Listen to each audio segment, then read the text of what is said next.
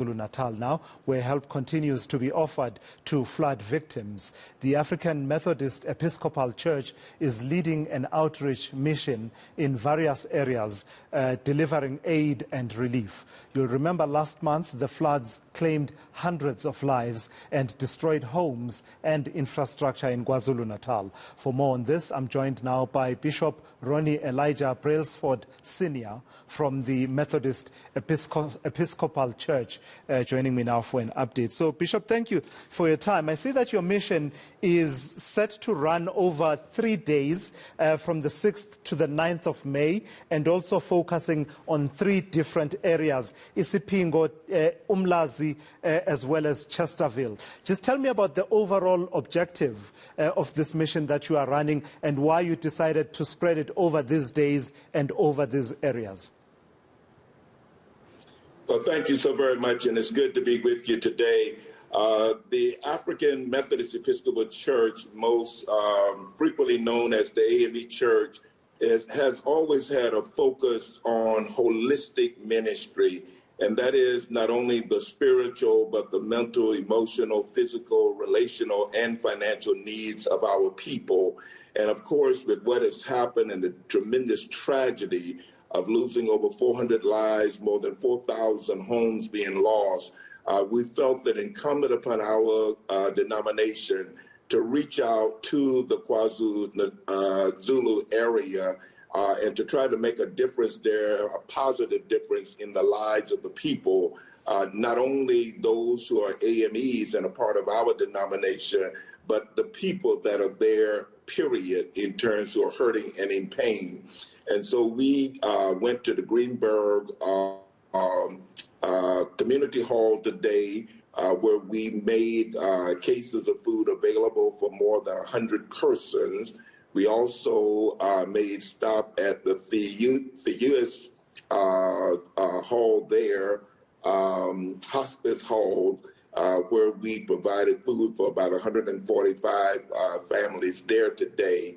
Also leaving with them clothes and shoes and toiletries and other items that would be of benefit to make a difference in the lives of those persons. So really it's very consistent what we're doing this Friday, Saturday, and Sunday, Monday in these 3 areas. We'll be at Umlazi AME Church on tomorrow and Chesterfield, visiting with families, and it's really consistent with what the AME Church does in terms of ministry. Bishop, please tell me about the split between the immediate short-term needs, such as food provision, and the more medium-term and long-term needs, the re-establishment of lost livelihoods, but also the other needs that are not necessarily immediately apparent, but those ones that have to do with mental health. We've been talking about mental health as being a real issue that needs, a concomitant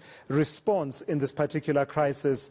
And I'm wondering if, in your assessment, as you go into these communities, you've found that you're going to have to play that role as well as the longer-term rebuilding of livelihoods. Yes, that's a very good question, and you are exactly correct. Persons, in terms of the devastation that they have experienced, it is not just physical, but perhaps it's even more so spiritual and mental.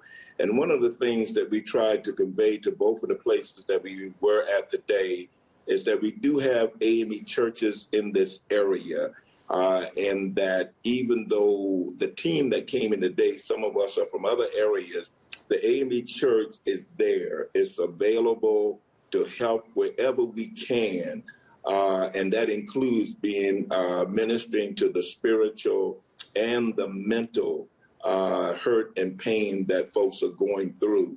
I'll tell you, it was just so touching, especially as we were at the Greenberg Community Hall, and just to hear folks thanking us for just really doing what we believe God has called us to do, and that is to put love into action.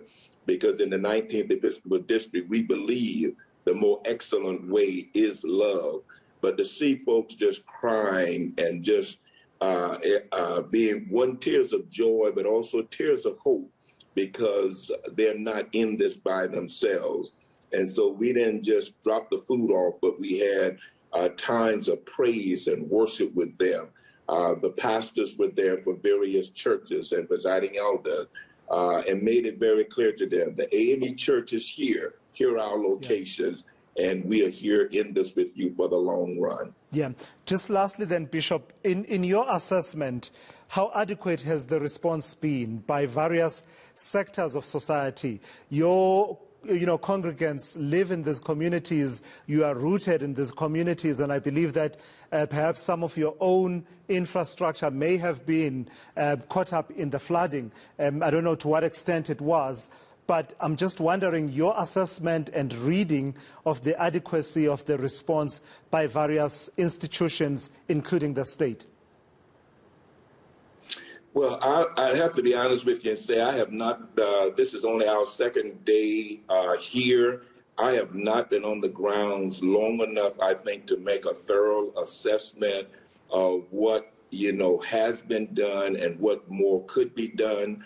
Certainly some of the people have expressed that they think more needs to be done in terms of helping them to get relocated and repositioned in life.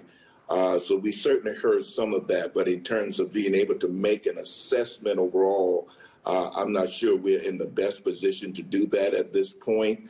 And really, our coming in was to put our imprint and really focus more on what we can do to make a difference, and then to trust that with the other stakeholders, our working collectively, whether you're talking about the KwaZulu Council of Churches, which had representation there today, or the social workers and the stakeholders in terms of government, our emphasis has always and continues to be, let's work together as a team and let's try to make a greater impact than what we could do if we were working individually. There has to be a collective focus on building community. And so certainly, the people are saying that there is more that is needed, and we can see that. Bishop, let's leave it there. Thank you for your time this afternoon. That is the presiding bishop at the African Methodist Episcopal Church, and that's Bishop Ronnie Elijah Brailsford, Sr., joining me there, talking about the situation in KwaZulu-Natal.